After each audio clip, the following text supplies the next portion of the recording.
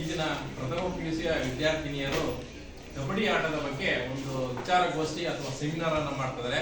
ಅದರಲ್ಲಿ ಕಬಡ್ಡಿ ಆಟದ ಇತಿಹಾಸ, ಅಂದರೆ ಕಬಡ್ಡಿ ಆಟ ಯಾವ ರೀತಿಯಾಗಿ ಹುಟ್ಟು, ಯಾವ ದೇಶದಲ್ಲಿ ಬೆಳವಣಿಗೆ ಬಂತು, ಹೆಚ್ಚಿನ ಬಗ್ಗೆ ತಿಳಿಸ್ಕೊಡ್ತಾರೆ. ಅದೇ ರೀತಿಯಾಗಿ ಕಬಡ್ಡಿ ಆಟದ ಅಂಕಣದ ಬಗ್ಗೆ ಸಹ ಮಾಹಿತಿಯನ್ನು ತಿಳಿಸ್ಕೊಡ್ತಾರೆ. ಅಂಕಣ ಅಂದರೆ ಕಬಡ್ಡಿ ಆಟವನ್ನು ಆಡುವಂಥ ಸಂದರ್ಭದಲ್ಲಿ ಅಂಕಣವನ್ನು ಯಾವ ರೀತಿಯಾಗಿ ಅಳತೆಯೊಂದಿಗೆ ಅಂಕಣ ರಚನೆ ಮಾಡಿಕೊಳ್ಳಬೇಕು ಅನ್ನೋದ್ರ ಬಗ್ಗೆ, ಅದೇ ರೀತಿಯಾಗಿ ಕಬಡ್ಡಿ ಆಟದಲ್ಲಿ ಬರ್ತಕ್ಕಂಥ ಕೌಶಲ್ಯಗಳು ಅಥವಾ ಸ್ಕಿಲ್ಸ್ ಅವುಗಳನ್ನು ಉಪಯೋಗಿಸಿ ಕಬಡ್ಡಿ ಆಟವನ್ನು ಯಾವ ರೀತಿಯಾಗಿ ಕೌಶಲ್ಯ ಉಪಯೋಗಿಸಿ ಆಡಬೇಕು ಅನ್ನೋದ್ರ ಬಗ್ಗೆ ಮಾಹಿತಿಯನ್ನು ಅಂದರೆ ಸೆಮಿನಾರನ್ನು ಈ ದಿನ ಪ್ರಥಮ PUC ವಿದ್ಯಾರ್ಥಿನಿಯರಾದಂತಹ ಪ್ರಿಯಾಂಕಾ, ಭಾಗ್ಯಲಕ್ಷ್ಮಿ ಮತ್ತು ಅರ್ಚನಾರವರು ಇದನ್ನ ನಿಮಗೆ ಮಾಹಿತಿಯನ್ನು ತಿಳಿಸ್ಕೊಡ್ತಾರೆ.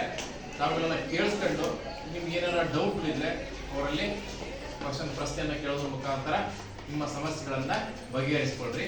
ದಯವಿಟ್ಟು ಅವ್ರು ಹೇಳುವಂಥ ಸಂದರ್ಭದಲ್ಲಿ ಯಾರು ಮಾತನಾಡದೆ ವಿಷಯವನ್ನು ಕ್ಲೀನಾಗಿ ಚೆನ್ನಾಗಿ ಕೇಳೋದ್ರ ಮುಖಾಂತರ ಮಾಹಿತಿಯನ್ನು ತಿಳ್ಕೊಳ್ಬೇಕಾಗಿ ನಿಮ್ಮ ಮೂಲಕ ತಮ್ಮಲ್ಲಿ ವಿನಂತಿಸಿಕೊಳ್ತೇನೆ.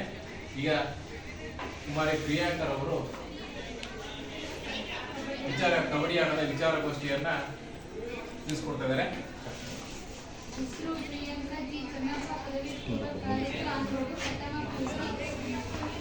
ನನ್ನ ಹೆಸರು ಭಾಗ್ಯಲಕ್ಷ್ಮಿ NM, ಜಿ ಚೆನ್ನಪ್ಪ ಪದವಿ ಪೂರ್ವ ಕಾಲೇಜು, ವಿಭಾಗ HEPL. ನನ್ನ ಹೆಸರು ಅರ್ಚನಾ, ನಾನು ಪ್ರಥಮ PUC ಜಿ ಚೆನ್ನಪ್ಪ ಪದವಿ ಪೂರ್ವ ಕಾಲೇಜು HEPL ವಿಭಾಗ. ಕಬಡ್ಡಿ ಆಟದ ಇತಿಹಾಸದ ಬಗ್ಗೆ ತಿಳಿದುಕೊಳ್ಳುತ್ತೇನೆ. ಎರಡು ತಂಡಗಳ ನಡುವೆ ಮೈದಾನದ ಅಥವಾ ಅಂಕಣದ ವಿರುದ್ಧ ಅರ್ಧ ಭಾಗದಲ್ಲಿ ಆಡಲಾಗುತ್ತದೆ. ಆಟಗಾರರು ಕಬಡ್ಡಿ ಅಥವಾ ಪರ್ಯಾಯ ಪಟ್ಟಣ ಅಥವಾ ಪುನರ್ವರ್ತನೆ ಮಾಡುವ ಮೂಲಕ ಇವರ ತಂಡದ ಕಡೆಗೆ ಸರದಿಯಲ್ಲಿ ಆಡುತ್ತಾರೆ. ಒಬ್ಬೊಬ್ಬರೇ ಸ್ವಂತ ಪ್ರದೇಶಕ್ಕೆ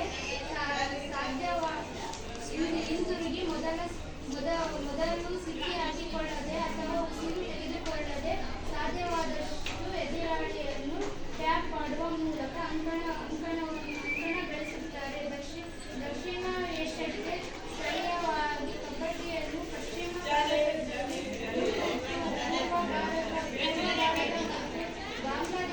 ಬಾಂಗ್ಲಾದೇಶದಲ್ಲಿ ಹೂಡುವುದು, ದಕ್ಷಿಣ ಭಾರತದಲ್ಲಿ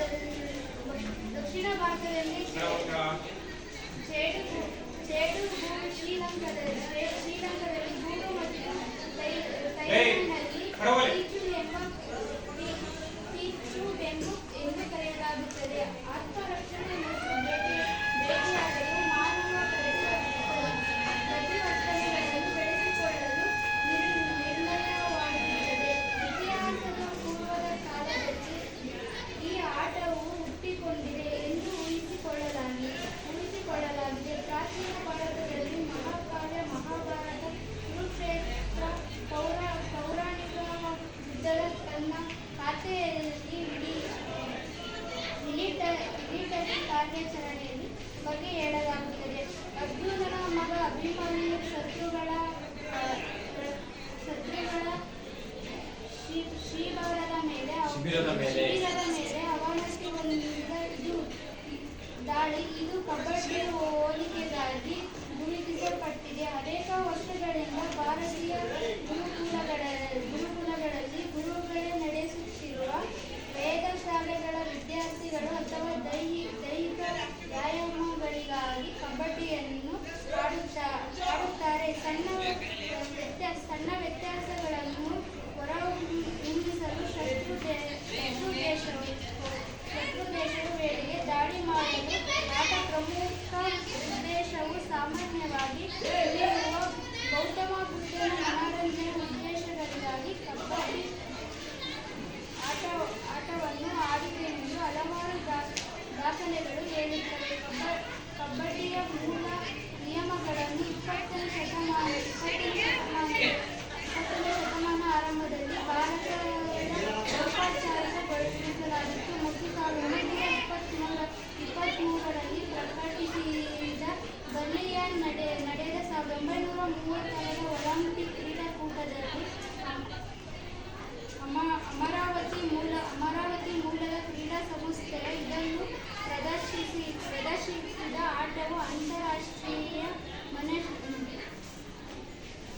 ಅಂತಾರಾಷ್ಟ್ರೀಯ ಮಾನ್ಯತೆಯನ್ನು ಪಡೆಯಿತು ಮತ್ತು ಇದನ್ನು ಒಂದು ಘಟನೆಯಾಗಿ ಸೇರಿಸಲಾಗಿತ್ತು.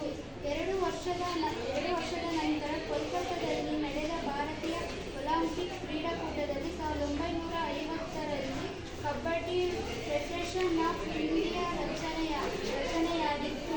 ನಂತರ 1952ರಲ್ಲಿ ಪುರುಷರಿಗೆ ರಾಷ್ಟ್ರೀಯ ಚಾಂಪಿಯನ್ ಯೋಜನೆಯನ್ನು, 1952ರಲ್ಲಿ ಮಹಿಳೆಯರಿಗೆ ರಾಷ್ಟ್ರೀಯ ಚಾಂಪಿಯನ್ ಆಯೋಜಿಸಲಾಗಿತ್ತು. 20ನೇ ಶತಮಾನದ ಕೊನೆಯಲ್ಲಿ ಸಂಘಟಿಸಿದ ಕಬಡ್ಡಿಯ ಜನಪ್ರಿಯತೆಯನ್ನು ಭಾರತದ ಗಡಿಯಲ್ಲಿ ಮೀರಿ ವಿಸ್ತರಿಸಲು ಪ್ರಾರಂಭಿಸಿತು. Amateur kabaddi federation of India 1972ರಲ್ಲಿ ರೂಪುಗೊಂಡಿತು. ಅದೇ ವರ್ಷ ಕಬಡ್ಡಿಯನ್ನು ಬಾಂಗ್ಲಾದೇಶದ ರಾಷ್ಟ್ರೀಯ ಆಟವೆಂದು ಗೊತ್ತುಪಡಿಸಲಾಗಿತ್ತು. 1978ರಲ್ಲಿ ಏಷ್ಯಾ ಅಮಚೂರ್ ಕಬಡ್ಡಿ ಫೆಡರೇಷನ್ ಸ್ಥಾಪನೆಯೊಂದಿಗೆ ಪ್ರಾದೇಶಿಕ ಚಾಂಪಿಯನ್ಶಿಪ್ ಆಯೋಜಿಸಲಾಗಿತ್ತು ಮತ್ತು ರಾಷ್ಟ್ರೀಯ ಕಬಡ್ಡಿ ಚಾಂಪಿಯನ್ 1990ರಲ್ಲಿ ಏಷ್ಯನ್ ಗೇಮ್ಸ್ನಲ್ಲಿ ಸ್ಪರ್ಧಿಸಲು ಪ್ರಾರಂಭಿಸಿದರು. 21ನೇ ಶತಮಾನಗಳು ಆರಂಭದ ವೇಳೆಗೆ ಅಂತಾರಾಷ್ಟ್ರೀಯ ಸ್ಪರ್ಧೆಯ ಸಾಮಾನ್ಯವಾಗಿ ಆಯತಾಕಾರದ ಅಂಕಣದಲ್ಲಿ ಪ್ರತಿ ತಂಡಕ್ಕೆ 7 ಆಟಗಾರರನ್ನು ಒಳಗೊಂಡಿತ್ತು. ಅದು ಇತರ ಶೈಲಿಗಳ ವೃತ್ತಾಕಾರದ ಕಬಡ್ಡಿ ತಂಡಗಳು ಭಾರತದಲ್ಲಿ ಮತ್ತು ಇತರ ದೇಶಗಳ ಜನಪ್ರಿಯವಾಗಿದೆ. 2004ರಲ್ಲಿ ಮುಂಬೈ ಬಾಂಬೆನಲ್ಲಿ ನಡೆದ ಮೊದಲ ಕಬಡ್ಡಿ ವಿಶ್ವಕಪ್ ಏಷ್ಯಾ, ಯುರೋಪ್ ಮತ್ತು ಉತ್ತರ ಅಮೆರಿಕ ರಾಷ್ಟ್ರೀಯ ತಂಡಗಳಲ್ಲಿ ಆಯೋಜಿಸಿತ್ತು. ಭಾಗವಹಿಸಿದ ಭಾರತವು ಮೊದಲ ಸ್ಥಾನವನ್ನು ಪಡೆದಿತ್ತು. ಇದು ಕಬಡ್ಡಿಯ ಇತಿಹಾಸಗಳಾಗಿದೆ. ನಾನು ಕಬಡ್ಡಿ ಆಟದ ಅಂಕಣದ ಅಳತೆಯ ಬಗ್ಗೆ ಮಾಹಿತಿಯನ್ನು ತಿಳಿಸಿಕೊಡುತ್ತೇನೆ. ಕಬಡ್ಡಿಯಲ್ಲಿ 3 ರೀತಿಯ ಅಂಕಣಗಳ ಅಳತೆಯನ್ನು ನೋಡಬಹುದಾಗಿದೆ.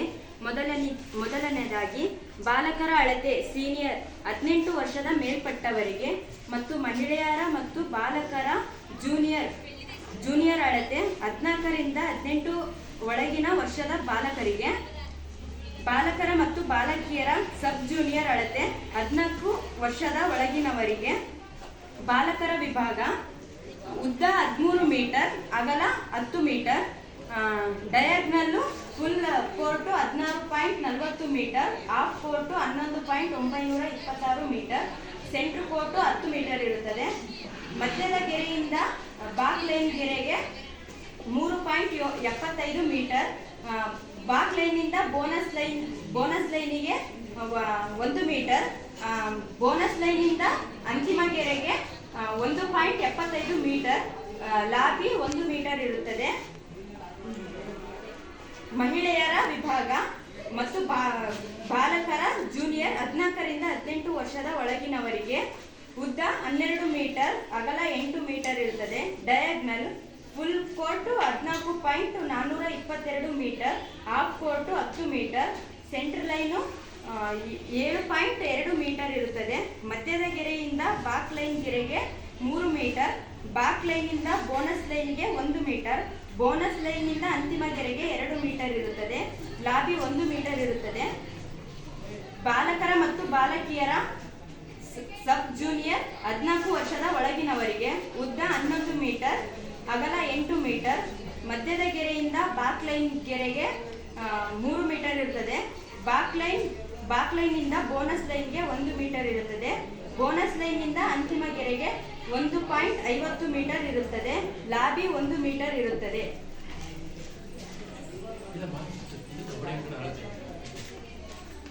ಇದು ಕಬಡ್ಡಿ ಆಟದ ಅಂಕಣದ ಅಳತೆಯನ್ನು ನಾನು ತಿಳಿಸಿಕೊಟ್ಟಿದ್ದೇನೆ. ನಾನು ಈ ದಿನ ಕಬಡ್ಡಿ ಆಟದ ಕೌಶಲಗಳ ಬಗ್ಗೆ ತಿಳಿಸಿಕೊಡುತ್ತೇನೆ. ಕಬಡ್ಡಿ ಆಟದ ಕೌಶಲ್ಯಗಳಲ್ಲಿ 2 ರೀತಿಯ ಕೌಶಲ್ಯಗಳನ್ನು ನಾವು ಕಾಣಬಹುದಾಗಿದೆ. ಅದರಲ್ಲಿ ಒಂದನೇದು ರಕ್ಷಣಾತ್ಮಕ ಕೌಶಲ್ಯ, ಎರಡನೇದು ಆಕ್ರಮಣಕಾರಿ ಕೌಶಲ್ಯ. ಮೊದಲನೇದು ರಚನಾತ್ಮಕ ಕೌಶಲ್ಯ ಅಥವಾ ಹಿಡಿಯುವ ಕೌಶಲ್ಯ, ಅದನ್ನು ಇಂಗ್ಲಿಷಲ್ಲಿ ಆಂಟಿ ರೈಡರ್ ಅಂತ ಕರೆಯುತ್ತಾರೆ. ಮೊದಲನೇದು ಪಾದದ ಹಿಡಿತ, ತೊಡೆಯ ಹಿಡಿತ, ಸೊಂಟದ ಹಿಡಿತ, ಬಾಕ್ ಅಂದರೆ ನಿರ್ಬಂಧಿಸುವುದು. ಐದನೇದು ಡ್ಯಾಶ್ ಅಥವಾ ಹೊರಗೆ ತಳ್ಳುವುದು. ಆರನೇದು ಚೈನ್ ಟ್ಯಾಕಲ್. ಇನ್ನೊಂದ್ಸರಿ ಮೆಲ್ಲ ಕೇಳಮ್ಮ, ಸ್ಲೋಗಿ ಹೇಳ್ಬೇಡ, ಗೊತ್ತಾಗ ಮೇಲೆ ಕೇಳು. ಇನ್ನೊಂದ್ಸರಿ ಹೇಳು. ಮೊದಲನೇದು ರಚನಾತ್ಮಕ ಕೌಶಲ್ಯ ಅಥವಾ ಹಿಡಿಯುವ ಕೌಶಲ್ಯ, ಇದನ್ನು ಇಂಗ್ಲಿಷಲ್ಲಿ ಆಂಟಿ ರೈಡರ್ ಅಂತ ಕರೆಯುತ್ತಾರೆ. ಮೊದಲನೇದು ಪಾದದ ಹಿಡಿತ, ಎರಡನೇದು ತೊಡೆಯ ಹಿಡಿತ, ಮೂರನೇದು ಸೊಂಟದ ಹಿಡಿತ, ನಾಲ್ಕನೇದು ಬ್ಲಾಕ್ ಅಥವಾ ನಿರ್ಬಂಧಿಸುವುದು, ಐದನೇದು ಡ್ಯಾಶ್ ಅಥವಾ ಹೊರಗೆ ತಳ್ಳುವುದು, ಆರನೇದು ಚೈನ್ ಟ್ಯಾಕಲ್. ಎರಡನೇದು ಆಕ್ರಮಣಕಾರಿ ಕೌಶಲ್ಯ ಅಥವಾ ಮುಟ್ಟುವ ಕೌಶಲ್ಯ, ಇದನ್ನು ಇಂಗ್ಲಿಷಲ್ಲಿ ರೈಡರ್ ಎಂದು ಕರೆಯುತ್ತಾರೆ. ರೈಡರ್ಗಳು ಎದುರಾಳಿಯ ಅರ್ಧ ಭಾಗದಲ್ಲಿ ರಕ್ಷಕರನ್ನು ಸ್ಪರ್ಶಿಸಲು ಅಥವಾ ಅವರ ತಂಡಕ್ಕೆ ಅಂಕಗಳನ್ನು ಗಳಿಸಲು ಆಕ್ರಮಣಕಾರಿ ಕೌಶಲ್ಯಗಳನ್ನು ಪ್ರದರ್ಶಿಸುತ್ತಾರೆ. ಕಬಡ್ಡಿಯ ಕ್ರೀಡೆಯಲ್ಲಿ ಕೆಲವು ಜನಪ್ರಿಯ ಆಕ್ರಮಣಕಾರಿ ಕೌಶಲ್ಯಗಳೆಂದರೆ ಮೊದಲನೇದು ಟೋ ಟಚ್, ಅದರಲ್ಲಿ ಸಿಂಗಲ್ ಟೋ ಟಚ್ ಮತ್ತು ಡಬಲ್ ಟೋ ಟಚ್. ಎರಡನೇದು ಬ್ಯಾಕ್ ಕಿಕ್, ಹಿಂಬದಿಯಿಂದ ಕಾಲಿನಲ್ಲಿ ಹೊಡೆಯುವುದು. ಮೂರನೇದು ಡಕ್ಕಿ ಅಥವಾ ಡುಂಕಿ, ಇದನ್ನು ಹಾರುವುದು ಎಂದು ಕರೆಯುತ್ತಾರೆ. ನಾಲ್ಕನೇದು ಹ್ಯಾಂಡ್ ಟಚ್, ಕೈಯಿಂದ ಮುಟ್ಟುವುದು. ಐದನೇದು ಲಯನ್ ಜಂಪ್, ಸಿಂಹದಂತೆ ಹಾರುವುದು. ಆರನೇದು ಸೈಡ್ ಕಿಕ್ ಅಥವಾ ಎಡ ಅಥವಾ ಬಲದಿಂದ ಕಾಲಿನಲ್ಲಿ ಹೊಡೆಯುವುದು. ಈ ರೀತಿಯ ಕಬಡ್ಡಿ ಆಟದಲ್ಲಿ 2 ರೀತಿಯ ಕೌಶಲ್ಯಗಳನ್ನು ನಾವು ಕಾಣಬಹುದಾಗಿದೆ.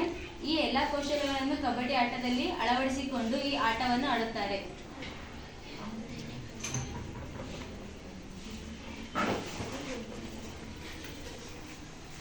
ಈ ದಿನ 3 ಜನ ವಿದ್ಯಾರ್ಥಿನಿಯರು, ಕುಮಾರಿ ಪ್ರಿಯಾಂಕಾ, ಭಾಗ್ಯಲಕ್ಷ್ಮಿ ಹಾಗೂ ಅರ್ಚನಾ ಅವರು ಕಬಡ್ಡಿ ಆಟದ ಇತಿಹಾಸ ಮತ್ತು ಅಂಕಣವನ್ನು ಯಾವ ರೀತಿಯಾಗಿ ರಚನೆ ಮಾಡಬೇಕು, ರಚನೆ ಮಾಡುವಂಥ ಸಂದರ್ಭದಲ್ಲಿ ಅಳತೆಗಳು ಯಾವ ರೀತಿಯಾಗಿರುತ್ತವೆ, ಅದೇ ರೀತಿಯಾಗಿ ಕಬಡ್ಡಿ ಆಟವನ್ನು ಆಡುವಂಥ ಸಂದರ್ಭದಲ್ಲಿ ಹಿಡಿಯುವಂಥ ಸಂದರ್ಭದಲ್ಲಿ ಉಪಯೋಗಿಸುವಂಥ ಕೌಶಲ್ಯಗಳು ಯಾವ್ಯಾವು, ಆ ಕೌಶಲ್ಯಗಳನ್ನು ಉಪಯೋಗಿಸಿ ಯಾವ ರೀತಿಯಾಗಿ ಆಟಗಾರರನ್ನ ಹಿಡಿಯಬೇಕು ಅನ್ನೋದ್ರ ಬಗ್ಗೆ, ಅದೇ ರೀತಿಯಾಗಿ ಮುಟ್ಟುವಂಥ ಸಂದರ್ಭದಲ್ಲಿ ಯಾವ ರೀತಿಯ ಕೌಶಲ್ಯಗಳನ್ನು ಉಪಯೋಗಿಸಿ ಆಟಗಾರರನ್ನ ಮುಟ್ಟಬೇಕು ಎನ್ನುವ ಬಗ್ಗೆ ಮಾಹಿತಿಯನ್ನು ನಿಮಗೆ ತಿಳಿಸ್ಕೊಟ್ಟಿದ್ದಾರೆ. ಈ 3 ವಿಷಯಗಳಿಗೆ ಸಂಬಂಧಪಟ್ಟ ಹಾಗೆ ತಮ್ಮಗಳಲ್ಲಿ ಏನಾದರೂ ಪ್ರಶ್ನೆಗಳಿದ್ದರೆ ದಯವಿಟ್ಟು ಅವರನ್ನು ಕೇಳ್ಬೋದು. ಕೇಳಿಬಿಟ್ಟು ನಿಮ್ಮ ವಿಚಾರವನ್ನು ನೀವು ನಿಮ್ಮಲ್ಲಿರ್ತಕ್ಕಂಥ ಗೊಂದಲಗಳನ್ನು ನಿವಾರಿಸ್ಕೊಳ್ಬೋದು. ಯಾರಿಗಾರು ಪ್ರಶ್ನೆಗಳು ಏನಾದ್ರು ಸಂಬಂಧಪಟ್ಟ ಪ್ರಶ್ನೆಗಳಿದ್ದರೆ ದಯವಿಟ್ಟು ಕೇಳ್ಬೋದು. ಇತಿಹಾಸ ಹೇಳಿದ್ರು, ಇತಿಹಾಸ ಸಂಬಂಧಪಟ್ಟ ಹಾಗೆ ಏನಾದರೂ ನಿಮಗೆ ಡೌಟು ಅಥವಾ ಏನಾದ್ರು ಪ್ರಶ್ನೆಯಾರ್ಥಕವಾಗಿರ್ತಕ್ಕಂಥ ಅಂಶಗಳು ನಿಮ್ಗೆ ಏನಾರ ತಲೆಯಲ್ಲಿದ್ದರೆ ಅಂಥವಿದ್ರೆ ಯಾರ ಕೇಳ್ಬೋದು. ಅಂದರೆ ಇತಿಹಾಸಕ್ಕೆ ಸಂಬಂಧಪಟ್ಟ ಹಾಗೆ ಕಬಡ್ಡಿ ಆಟ ನಮ್ಮ ಭಾರತ ದೇಶದ ಆಟ ಎಲ್ಲಿ ಹುಡುಕ್ತದೆ ಅನ್ನೋ ಬಗ್ಗೆ ನಿಮ್ಮಲ್ಲಿ ಏನಾರು ಇದ್ದರೆ ತಿಳ್ಕೊಬೋದು. ಅದೇ ರೀತಿಯಾಗಿ ಕಬಡ್ಡಿ ಆಟದ ಅಂಕಣವನ್ನು ರಚನೆ ಮಾಡುವಂಥ ಸಂದರ್ಭದಲ್ಲಿ ಜೂನಿಯರು, ಸೀನಿಯರು ಮತ್ತು ಸಬ್ ಜೂನಿಯರ್ ಎಂಬ 3 ರೀತಿಯಾಗಿ ವಿಂಗಡಣೆ ಮಾಡಿದ್ದಾರೆ.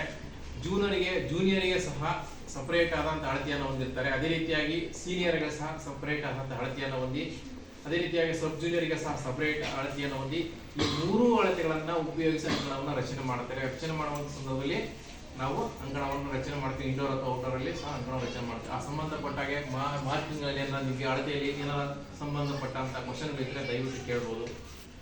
ಅದೇ ರೀತಿಯಾಗಿ ಕಬಡ್ಡಿ ಆಟದಲ್ಲಿ ಬರ್ತಕ್ಕಂಥ ಕೌಶಲ್ಯಗಳಲ್ಲಿ ಹಿಡಿಯುವಂಥ ಕೌಶಲ್ಯ ಆಗಿರ್ಬೋದು ಅಥವಾ ಮುಟ್ಟುವಂಥ ಕೌಶಲ್ಯಗಳಲ್ಲಿ ನಿಮ್ಮೆಲ್ಲ ಕಾಮನ್ ಆಟ ಆಡುವಂಥ ಇವೆಲ್ಲ ಕೌಶಲ್ಯಗಳನ್ನು ಉಪಯೋಗಿಸಿ ಆಟ ಆಡ್ತೀವಿ. ಅದಕ್ಕೆ ಸಂಬಂಧಪಟ್ಟಾಗ ಏನಾದ್ರು ಪ್ರಶ್ನೆಗಳಿದ್ದರೆ ದಯವಿಟ್ಟು ಕೇಳ್ಬೋದು.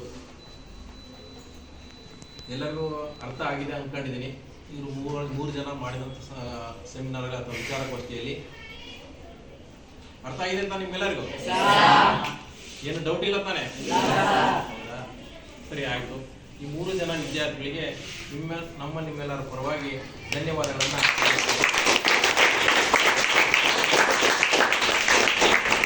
ವಿಚಾರಗೋಷ್ಠಿಯಲ್ಲಿ ಭಾಗವಹಿಸುವಂತಹ ನಿಮ್ಮೆಲ್ಲರಿಗೂ ಸಹ ಧನ್ಯವಾದಗಳನ್ನು ಸಲ್ಲಿಸುತ್ತೇನೆ.